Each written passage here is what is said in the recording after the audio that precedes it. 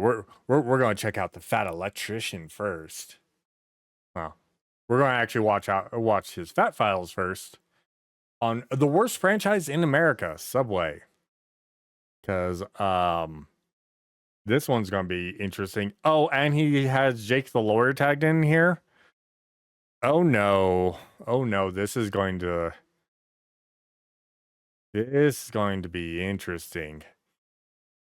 Anyways, let's check out how bad Subway is. Who's eaten at a Subway in recent years? Because I can tell you, last time I ate at a Subway, I worked at Walmart, which is well over 10 years ago.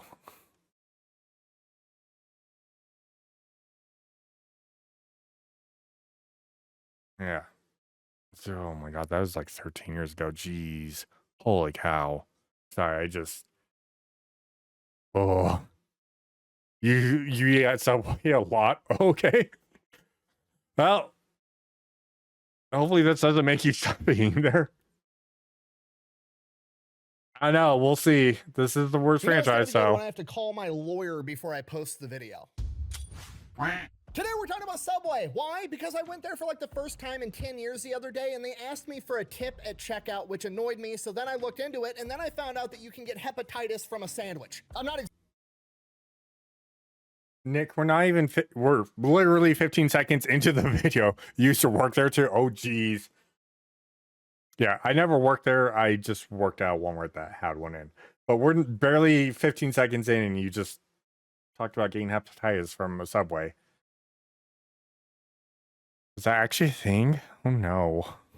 Exaggerating, that actually happened, and it's like the tip of the iceberg. And to be honest with you, this is also the part where my lawyer explicitly told me to insert a disclaimer in this video. So here's Jake the Lawyer, aka the Internet Esquire.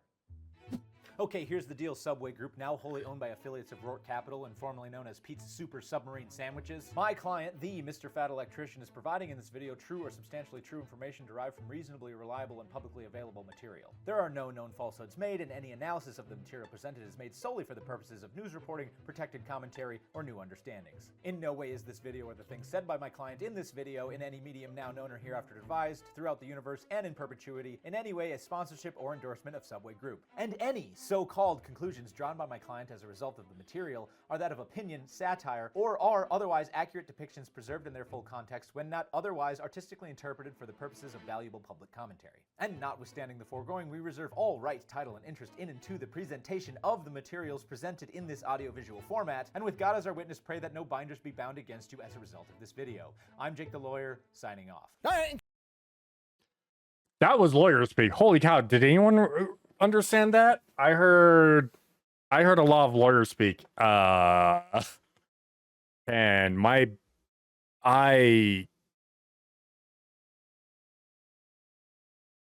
what? My brain hurts. This is why I'm not a lawyer. And I shitpost online, you know?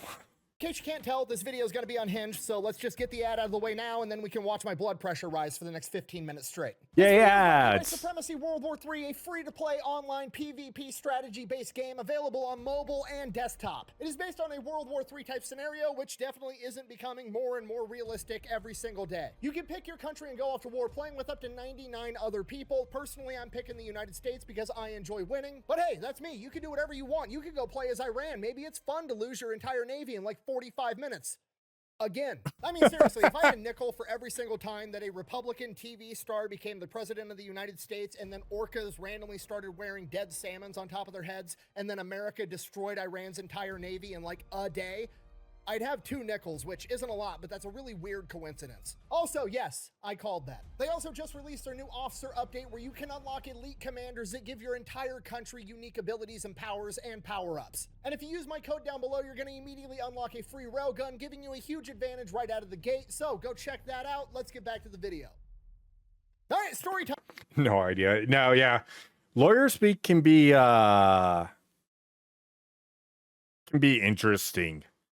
Like listening to a lawyer, like especially like if you're in a courtroom, you have to like discern what they're trying to say, and you're like, the hell do you mean? Put it in layman's terms, because I'm smooth brain. You know, I'm a little retarded. But yeah.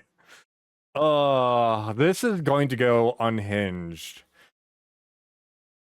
This is going to go unhinged. Plus, I haven't actually tried that game.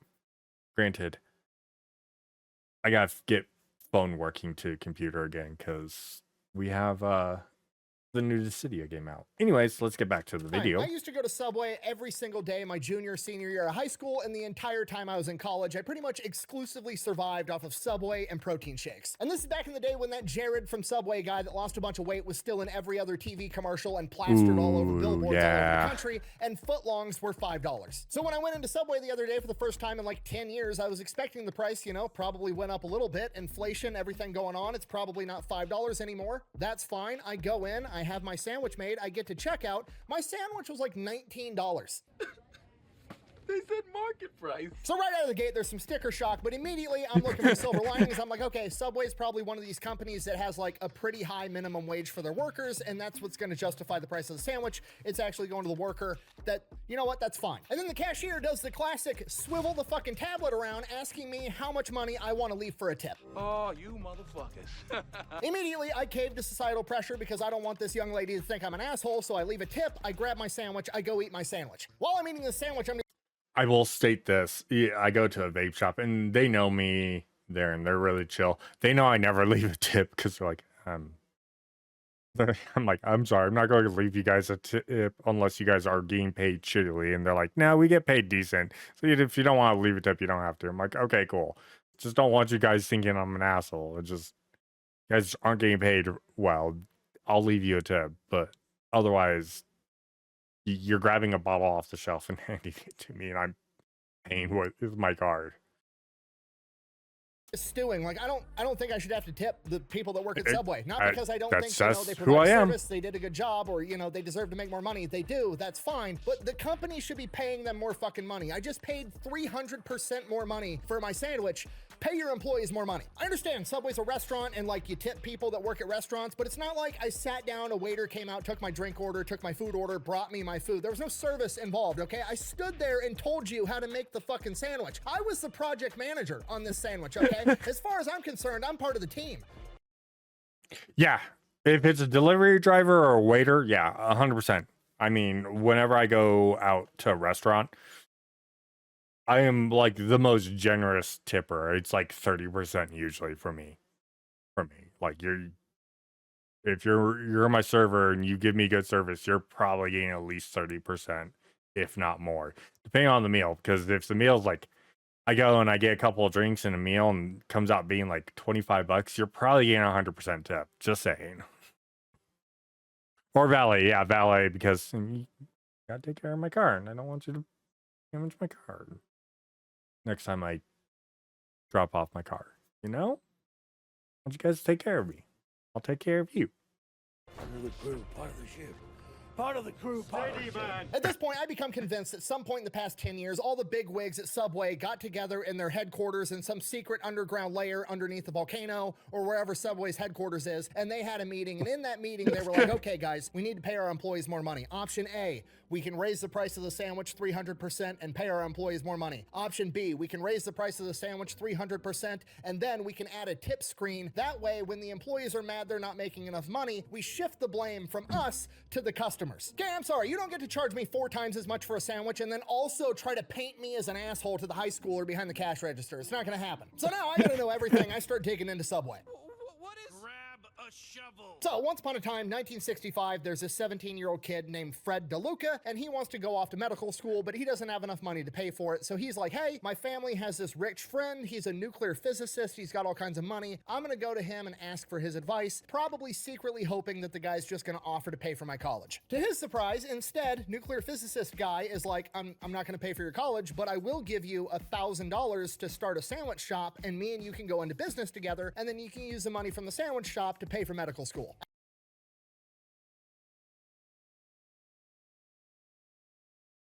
That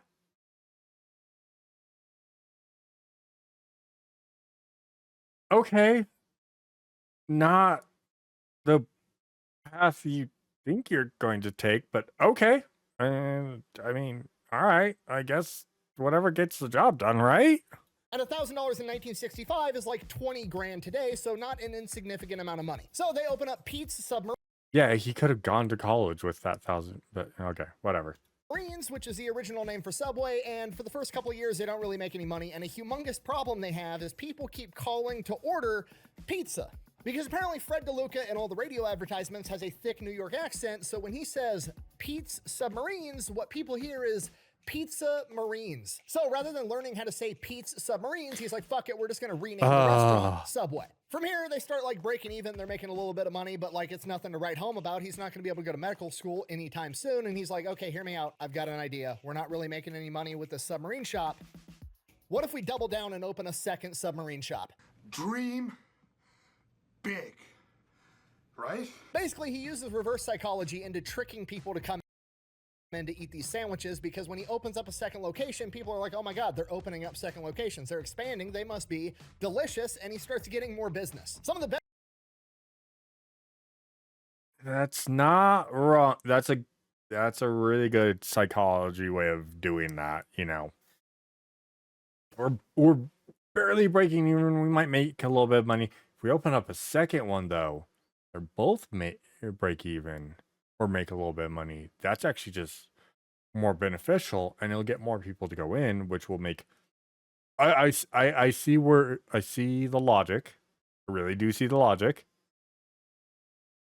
Not best when you're just breaking even, but you know what? You know, to each their own, you know. Best advice I've ever heard in my entire life when I was in the military was fake it till you make it, and that's exactly what they're doing here. And that's true too. Now, ultimately, this is going to be their downfall, but at the time, it makes sense. Fred identifies, hey, rapid expansion is what's making money. We're going to keep rapidly expanding. More locations, more money, more market dominance. Makes sense. So they start opening up Subways everywhere, and then they start franchising, which is, you know, basically, hey, you can use my branding, you can use all my vendors, I'll show you how to do this job, you pay me a bunch of money to open up a Subway, and then you give me like a percentage of your cut, and then they just start opening up franchises. Which, that's what like Little Caesars, McDonald's, Burger King, a lot of fast food does that. A lot of fast food does that. There's not, I think Pizza Hut, KFC does it too, and Taco Bell does it as well, which makes sense because they're all owned by Pepsi, but you can franchise out. I want to say you can do it with Pizza Hut. Just the overhead on a Pizza Hut's expensive. All over the United States. And this is actually brilliant for Subway because Subway has a ton of advantages when it comes to franchising. Because Subway, they're just making sandwiches. They don't need deep fryers. They don't need a big cooktop. They don't need all the stuff that other restaurants need. They don't need a ton of special equipment. There's not a bunch of special training. Everybody on the planet knows how to make a sandwich. So the overhead to open up a new restaurant is extremely low. The amount of training you have to give employees is extremely low. And the amount of space that you actually need to have a functioning Subway is also extremely low because, again, they don't have ovens and deep fryers and all that other shit. Which also means that it's really cheap to start a Subway because there's not a lot of overhead, so you could open up a Subway for like $150,000 to $200,000, where competitors like McDonald's are like $2 million to open up a McDonald's. Hold on, let's look at that. McDonald's, 1 million, 2.7 million per restaurant, with a required 500,000 non-borrowed liquid assets. You have to have at least $500,000 in non-borrowed liquid assets, meaning your net worth has to be at least $500,000 in that. $45,000 franchise fee is paid to McDonald's, while the majority of costs cover the equipment, signing, and construction. So you do a one-time $45,000. You have to invest at least $1,010,000 up to 2.7 million, just depending on probably where you live and everything. You have to have at least 500,000 in net worth. Down payment is 40% cash required for a new store, 25% for existing. Oh, okay. Ongoing 4% of gross sales for royalty plus advertisement fees and monthly rent, often 10.7% of sales. Holy cow. And the term is typically 20 years. Remind me never to buy into I don't eat at McDonald's. I would never buy into McDonald's. I would never run something I don't eat at. And this is Insane. where Subway's fixation with hyper expansion starts to bite them in the ass because, again, that's all they care about. Just more Subways. More Subways is the answer. More Subways equals more money. Typically, with a franchise, the franchising company, like Subway or McDonald's, is committed to making sure that their franchisees, aka their restaurant locations and their owners, are successful. There's a lot of ways that they do this, and one of the big ones is typically having territories. So like Chick-fil-A or McDonald's will look at a city and be like, okay, this city has one McDonald's, it's big enough for two McDonald's, but we're gonna stick it on the other end of town so both of these franchises can be successful. Subway, Makes on the sense, other makes hand, sense. doesn't appear to give a shit because remember, all they care about is having more Subways. More equals more money, so they don't care how close they get put together, and there's Subways across the street from Subways all over America. I'm not exaggerating. In my small town in Iowa, there's 3 Subways, and 2 of them are in the same parking lot. One of them is in Walmart, and the other one is like 200 yards outside the front doors of Walmart as a standalone Subway. So That cannot be good for business, period, end of story. Like, I get it. There are some companies that get away with it, Waffle House being one of them. I know Waffle House, but Waffle House does it because if it's busy enough that they need a second Waffle House, they just build a second Waffle House next to the other Waffle House. So you have 2 Waffle Houses next to each other so people can just pile into both. Makes sense. Starbucks does this all the time, but Starbucks will put like a Starbucks on every corner if they can, just so they get traffic from all directions. But product is cheap for Starbucks, so makes sense. And not to mention Starbucks is kind of popular. It generates a lot of profit and revenue. obviously, they start cannibalizing each other's profits. They're literally competing with themselves. And that's not even the worst part. The overall franchise agreement, I've looked into a lot of restaurants to have franchising. This is the worst one by far. I would be shocked if it's not the worst one on the planet. Not only if you open up a Subway, will they let somebody else open up another Subway right across the street and cannibalize a lot of your profits, they also have like the highest franchise fee that I've ever come across at 12.5%. And a franchise fee is taken from gross revenue, not gross profit, meaning before you even take out all the costs of running this business, Subway's taking 12.5% right off the top. So Subway is taking 1/8 of your gross revenue. That's what that is. That's 1/8 of revenue, not profit. So revenue is everything you make before taxes, paying employees, your rent, or leasing rent, stuff like that. So everything before your profit. So like as soon as you make your money, all that money that month is revenue. And then you take out all of your expenses, including paying your employees, stuff like that. And then obviously the franchise fee. And then what you get is profit. So your profit is pretty much your low. It is the money you made above. There is above zero. Anything you make above zero. So zero profit is breaking even. So you always want to have profit. So you can actually, have like a rainy day fund just in case something goes wrong or things like that. You kind of want profit. You kind of need profit. Profit helps you expand and grow and make sure that if things go wrong, you have money to fall on to. But same. To put it into perspective, McDonald's franchise fee is 8%, so Subway's is 50% higher for a much simpler business. And that's not even the worst part. In the Subway franchise agreement, well, in every franchise agreement, really, there's, terms where you can revoke somebody's franchise. Basically, like if a McDonald's or a Chick-fil-A isn't living up to the McDonald's or Chick-fil-A name, they can take away the name so you're no longer a McDonald's or a Chick-fil-A, so you don't ruin their reputation across the entire country. And Subway has the same thing. That's fine, but theirs is intentionally broad, and they can basically take your location from you for a wide variety of reasons, and they've been taken to court multiple times, being accused of nitpicking minor stuff to take over very profitable locations. Including in 2005 when they seized 2 Subways in Dallas, Texas from a lieutenant colonel in the Army Reserve who was actively on deployment in fucking Afghanistan. Now,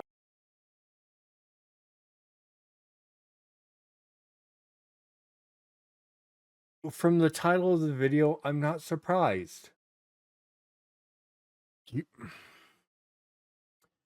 Break down the story. to be fair, I don't know what their justification was for why they seized the locations, but considering the fact that in 2009, Subway lost the court case to said lieutenant colonel because they deemed it illegal, I'm gonna say they weren't fucking good enough. But hypothetically, just for fun, let's just say they were good reasons. Subway corporate identifies 2 restaurants in Dallas, Texas that aren't living up to the Subway standard, and they're like, what's going on here? What should we do? Oh, the owner's on deployment in fucking Afghanistan and isn't there to run it appropriately. Should we A, step in and help during the most stressful time of their entire life, presumably? Or should we B, repo their businesses, take their family's livelihood, so that while they're also fighting a war, they can deal about their family back home and losing their business? Huge W for corporate Subway. Makes them look great. I'm sorry, I'm getting horrifically sidetracked, but you guys get it. The franchise agreement is complete and utter bullshit and has been for the majority, if not the entire time Subway's been in business. Back to the timeline. In the 1980s and the 1990s, Subway is growing like crazy, and then in 1999, they have their first major scandal when 32 people in Seattle got hepatitis from 2 different Subway locations for eating a sandwich. Okay. So, it wasn't 1 case, it was 2. Okay.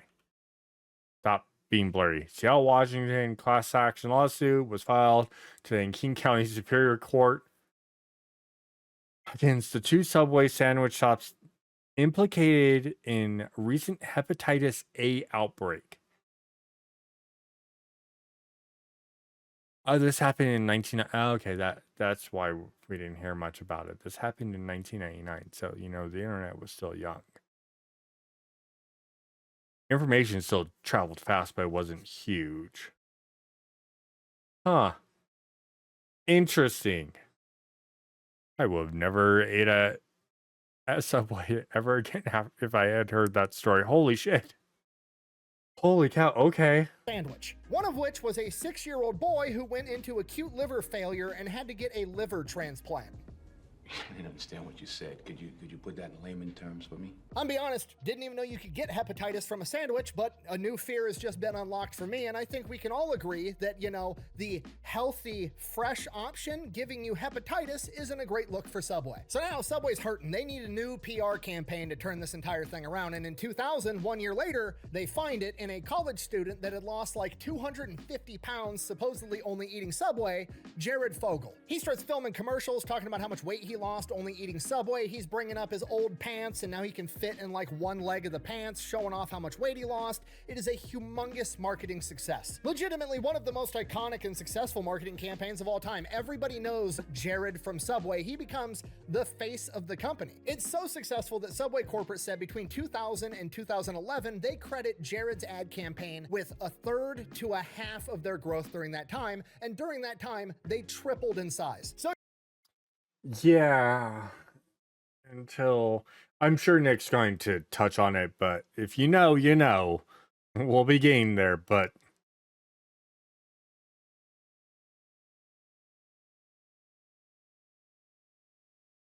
yeah, I'm just... anyways. you can't really argue with the results of this ad campaign. However, it's No, not you can't. something I It would was ever actually really advise good. Having somebody off the street become the national spokesperson for your humongous company. Why? Because if they do some crazy shit, it's going to make the entire company look bad, and this is why most huge companies have a fictional character as their mascot. You've got Ronald McDonald, Burger King, the Michelin Tire Man, Tony the Tiger. They're cartoons. They're safe. They're never going to get pulled over for a DUI while they have a pile of blow and a hooker in the back seat. Like that.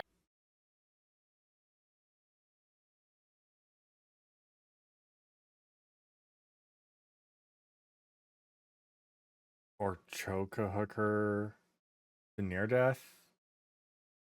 That's what the ShamWow guy did, right? Or something like that. He picked up a lady of the night and then like ended up like choking her out or something. Like I don't remember. Like Billy Mays was like the only good one for like a spokesperson, and he died, which is good. Not saying that him dying was a good thing. Just him dying probably saved him from doing something stupid. That's what I'm gonna think. That's the idea. And I'm sure you all know what I'm getting at, because in 2015, Jared Fogle ends up getting arrested and sent to federal prison for 15 years for, and I quote, illicit sexual conduct with a minor and having a bunch of illicit child material on his computer. Okay, What's your unpopular opinion, Nick? unpopular opinion, 15 years, not enough. I was going to say 15 years is too long.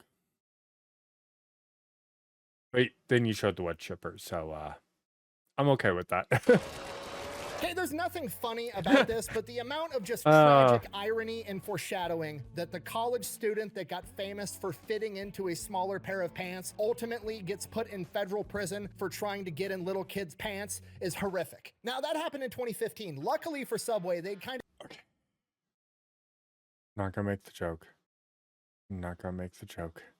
Not gonna make the joke.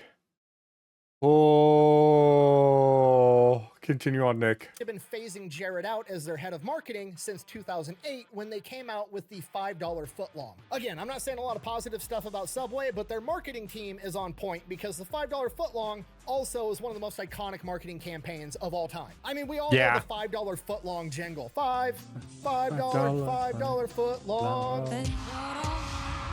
Yeah, that's a good one. Oh. That's better than that is J.G. Wentworth, and I don't even know what the fuck J.G. Wentworth does, but I will know his song till the day I die. So the Subway... It's going, yeah, J.G. Wentworth has a song that is catchier than the $5 foot long. The $5 foot long jingle is a good catchy one, but J.G. Wentworth,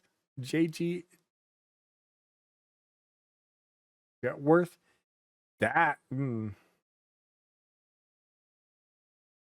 You know that's a jingle that everyone knows when you can just sit there and stay in a crowd and go, J.G. Wentworth, 877 cash now. Yeah, sorry. Just you can't just start the jingle and not finish it. A $5 footlong absolutely dominates. This came out in 2008, right when, you know, the housing market crashed, the economy's in the tank. You could go and buy a footlong sandwich for $5. People loved it. Well, most people loved it. Pretty much everybody loved it except for the franchise owners, because the franchise owners were like making little to no money. Some of the sandwiches they were even losing money on at the $5 price point. But they have to do it because Subway can set the prices, and if they can't set the prices, they can at least advertise the fuck out of it so everybody that comes into your Subway expects a $5 footlong. And then once you've already made it and they're mad that it's not $5, what are you gonna do? Throw it away? You're gonna sell it for $5 and save what money you can. I know what you're thinking. Why would Subway be willing to make a $5 footlong if they're not making money on it? Oh, that's simple, because Subway corporate doesn't give a fuck about its franchise owners. At least that's what it would appear to be, right? They're screwing them over left and right. And Subway takes 12.5% of their gross revenue, meaning not profit. So they're taking 12.5% of that $5, even if it costs them $6 to make it. Subway corporate is still getting paid. Fuck the franchise owner. And this is kind of the peak and then the downward slide of Subway, because the controversies just keep coming after this. First, they get busted because the footlongs aren't actually a foot long. People are walking. I do remember hearing about this, that the footlongs weren't a foot long. I do remember hearing about this. With tape measures, measuring them, they're 10 inches, 11 inches, not 12 inches. Okay, and I'm gonna kind of defend Subway on this one because this is a stupid complaint. It's the same amount of dough. They just didn't stretch it out enough before they put it in the oven. It's the same amount of bread, the same amount of calories. You're getting what you paid for. And that's really all Subway had to say. It was like, hey, sorry, the employee didn't stretch the dough out long enough before he stuck it in the oven, but all the bread is still there. And everybody would have been like, oh, that makes sense. That's cool. Do you think that's what Subway did? No. Absolutely not. Instead, they released an official statement on their Facebook that says, and I quote, with regards to the size of the bread and calling it a footlong, Subway footlong is a registered trademark as a descriptive name for the sub sold in Subway restaurants and not intended to be a measurement of length. Translation, just because we call it a footlong doesn't mean you can expect it to be a foot long. That's just what we call it, you fucking idiot. Yeah, that Facebook post went about as well as you'd expect. Oh. Things to not do in business. Call your customers idiots. Because that's a good way of not having business anymore. Just saying. Now, when I was a tech, I called customers idiots, but they usually weren't around and back in the front lobby and away from their car. And I'd be pissed because they're about to kill a family of 4 because their wheel's about to fall off because the wheel bearing is destroyed. That's a different story. That's justified. I still didn't say it in front of the customer, though. We ended up taking it down. The balls to be like, we call it a foot-long sub because we call it a foot-long sub, not because it's 12 inches long, and if you interpret it as that way, you're dumb, is insane. To be fair, though, a 2x4 hasn't been a 2x4 since like 1960, and nobody seems to care. Probably because the lumber companies don't scoff and look at you like you're a moron if you expect a 2x4 to be 2x4, but whatever. So then, Subway loses their damn mind. They think they have trademarked the phrase foot-long in regards to sandwiches, even though a foot-long to them doesn't mean 12 inches, which ultimately leads them to suing Casey's gas station, which I've done a video on. My favorite pizza on the planet is Casey's gas station pizza. I do need to go to I have friends and people in Iowa that I do plan to visit, and I really do need to stop by Casey's and get a slice because people say it's good. Gotta try it for myself.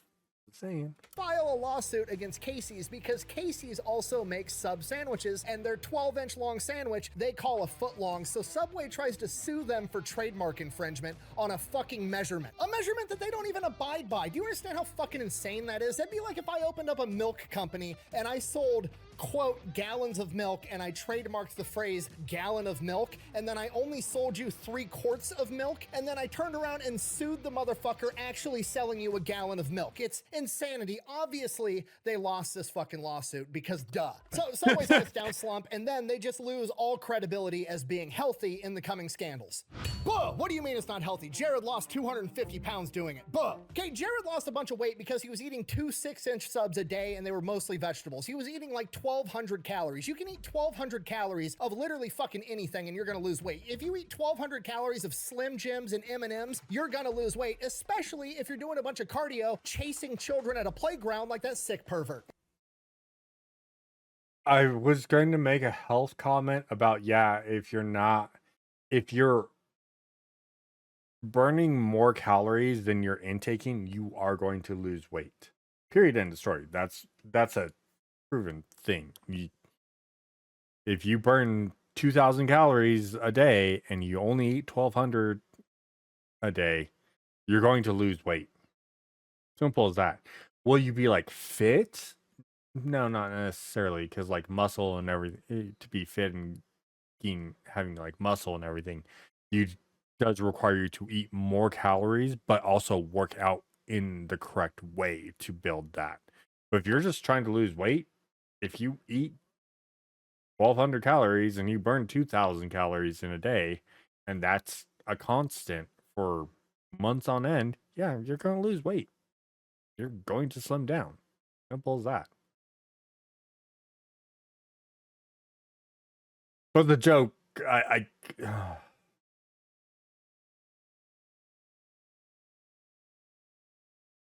it was a good joke.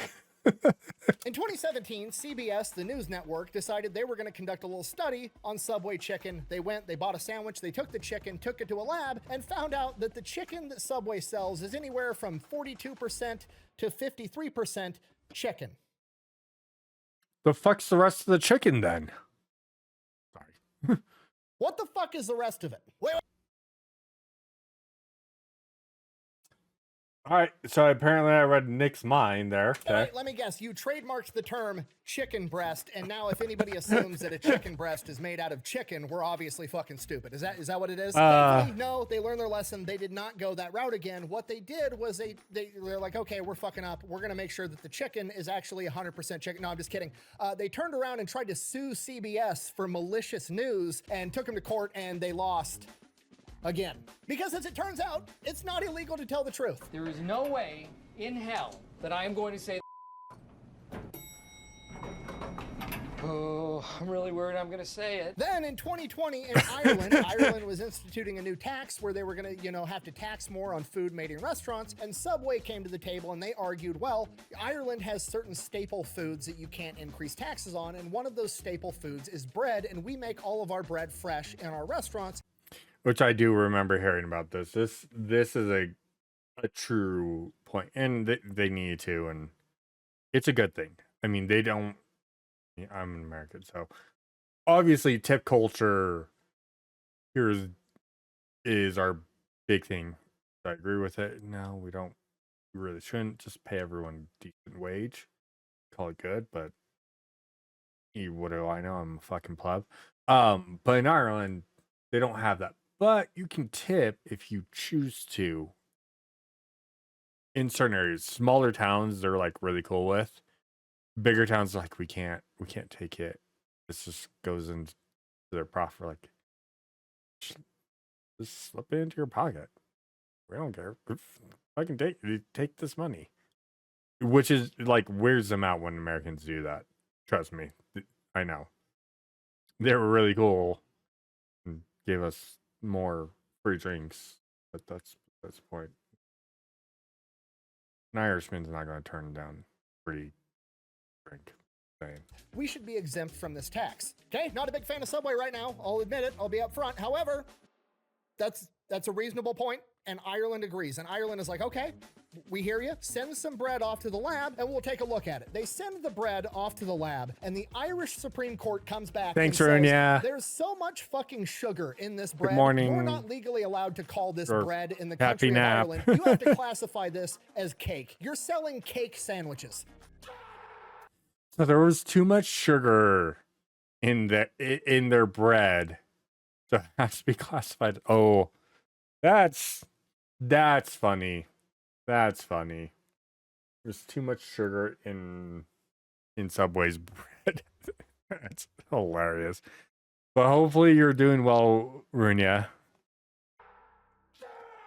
And all of this just keeps coming out one after another after another. It's promoted by a pedophile. The franchises aren't making money. The foot-long sandwiches are only 10 inches long, and they're not bread. They're made out of cake. Half the chicken inside the chicken isn't even fucking chicken. Obviously, it leads to the public perception that Subway isn't that fucking healthy. And while all this is going on, they get rid of the $5 foot-long and jack the fucking prices through the roof and then add a tip screen at checkout. Needless to say, Subway's in the fucking tank. They've closed down 7,600 locations since 2015, and they're Yeah, U.S. bread is pretty sweet, but like Subway in general, does more sugar or puts more sugar than anything. But yeah, U.S. bread is normally sweet. That's why if I get bread, like I have to go with certain breads. Like I either go I go with wheat, like because wheat's better to do than like white bread. Overall, wheat is really hard. You have to put some preservatives in it. Otherwise, it goes bad really quickly. But, I try and get fresh. That way, it's like, I know I need to use it and I use it quickly. Or I go and I do something stupid and get like this super sweet bread, like a cinnamon bun style bread. Which is, I just eat by itself. I heat it up a little bit and I eat it. I like cinnamon, okay?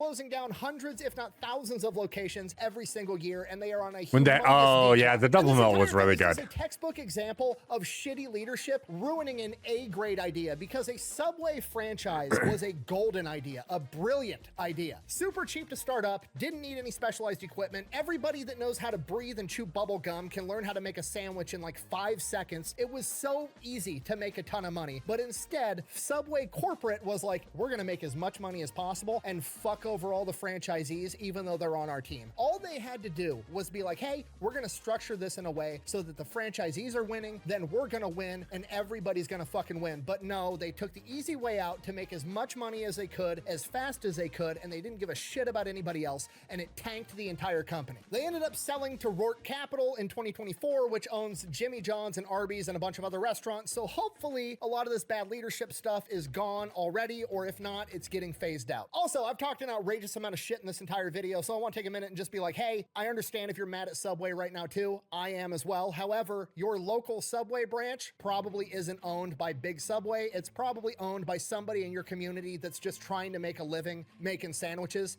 and don't take it out on them. It's not their fault, and they're probably a lot more mad at corporate Subway than we are. Trust me. Thank you for watching. Best way to support the channel is go buy some merch, maybe drink some Echelon. Links for both. Oh, his volume went down there. Quack bang out. Don't forget to go check out Supremacy World War III, unlock your railgun, and go conquer the British. It's what George Washington would have wanted. That was Nick, the Fat Electrician, in his Fat Files about Subway. Listen, I love subs. I really do. I love subs. I love cold cut subs. Like, wait, you said turkey, ham, cheese, bacon. Yeah, that's good. See, I like doing turkey, ham, bacon with provolone through Jimmy John's, just as a cold cut. So good, so good. But I had a local place. They went out of business, unfortunately, but they did a pizza sub. Oh. Provolone, pepperoni, marinara sauce, heated up. Oh. It was so good. So good. But yeah, I mean, again, I'll echo that sentiment that Nick put out. You can hate the corporate all you want. Listen, a lot of the franchisees are trying to do right by the community and do right by themselves, and yeah, they're trying to make some money, but they're trying to produce something decent. So don't take it out on them unless they are assholes. Then go to a different Subway. Go to the one right across the parking lot, because there's one right there.